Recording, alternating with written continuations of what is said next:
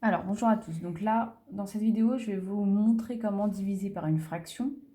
Donc, comme je vous l'ai indiqué dans le cours que je vous ai mis sur Pronote, je vous ai expliqué que lorsque nous avons une fraction A sur B, et ben son inverse, et ça c'est important, il faut que je vous le rappelle, son inverse c'est tout simplement B sur A. Ça c'est important, d'accord? Ça c'est une définition à connaître, parce qu'on en a besoin pour la division. Alors, ce qu'il faut retenir, c'est qu'on ne peut pas diviser par une fraction. Donc, qu'est-ce qu'on fait? En fait, la propriété du cours, elle est très simple, elle est très claire. Au lieu de diviser, en fait, diviser par une fraction, et ben ça revient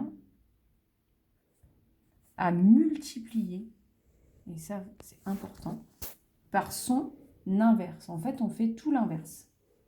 Donc, voici les exemples du cours. Donc là, premier exemple que je vous ai mis dans le cours, moins 8 sur 49 divisé par 40 sur 21. Donc ça, vous oubliez tout de suite dès que vous voyez une division, d'accord? Vous faites bien attention. On ne peut pas diviser par une fraction. Donc là, qu'est-ce qu'on fait? On va multiplier par l'inverse. Et du coup, on va utiliser la même méthode que celle qu'on a vue précédemment dans le chapitre, un peu plus haut, où on faisait les multiplications de fractions. Donc là, on va décomposer chaque nombre et on va pouvoir effectuer ce calcul. Donc, moins 8. Qu'est-ce que c'est moins 8? Moins 8, c'est moins 1 fois 8. OK? 49, c'est 7 fois 7. 21, bah, c'est 7 fois 3. 40, c'est 8 fois 5. On va pouvoir ici barrer tous les facteurs communs au numérateur et au dénominateur. Donc, on va barrer les 8. On va barrer les 7. Et qu'est-ce qu'il va nous rester? Donc, je continue ici. Il va nous rester moins 1 fois 3, ici au niveau du numérateur.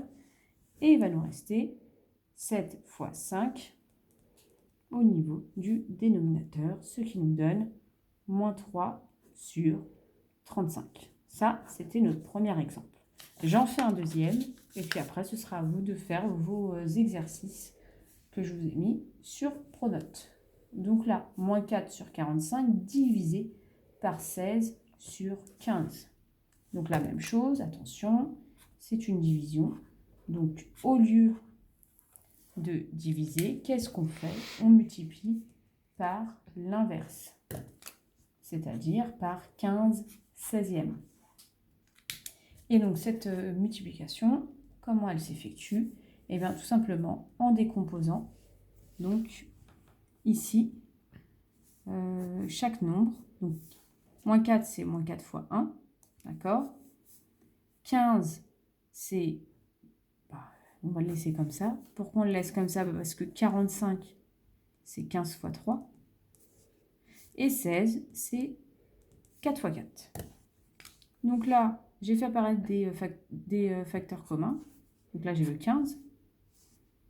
J'ai le 4.